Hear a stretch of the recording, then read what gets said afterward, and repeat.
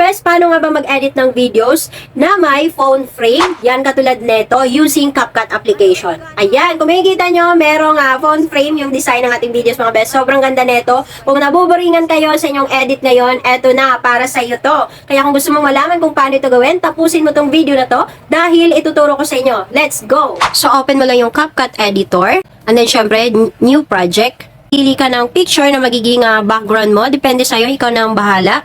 Yan, ito po yung napili natin. Tapos, mga best, click mo tong ratio.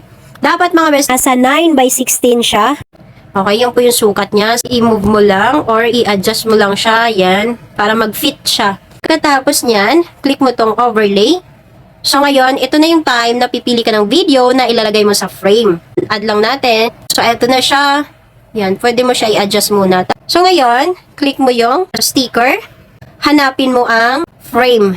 So, eto na yung frame. Yan, syempre, select mo tong phone. So, eto na siya mga be. So, ngayon, kailangan pa nating i-adjust yan. I-click mo tong mask. Tapos, dapat naka-rectangle siya. Yan. Tapos, adjust mo lang.